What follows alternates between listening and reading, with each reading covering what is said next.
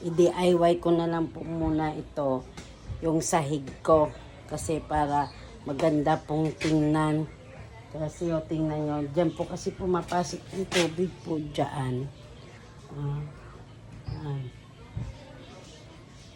Kaya, tingnan na lang natin kung paano ko itong papagandahin. Na hindi po tayo maggasto ng malaki. Kasi wala pa naman po tayong budget. Mga inday kagtuto. Nag-try ka na sang medicine mo kagina. Tingnan, wala ka-cry ka. DIY ko muna ito. Mga inday kagtuto. Kasi yung tindahan ko maliit. Ito po ay yung dinadaanan talaga namin. Kaya sinarado ko po yan para wala na pong dadaan. Ano? Ha? Ice water?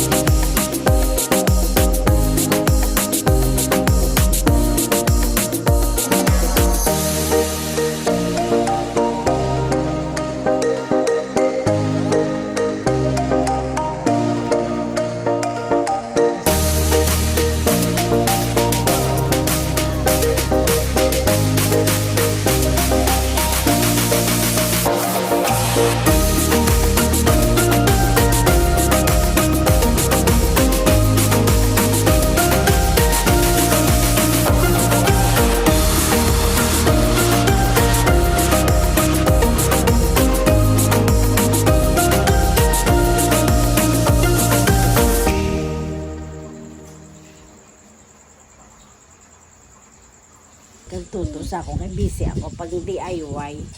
Tang mga balay nga. Nakita niyo doon na DIY ko yan kasi hindi pa namin na pinturahan na tiles. At yung sahig, binilhan na lang namin ng linoleum kasi hindi pa namin kayang magpa-tiles. Ipon pa si nanay pera. Maipon pa kami sa kwarta. No? Mabakal ta tiles. Bulig-bulag ko gina si Toto Kalib. Hindi ka na lang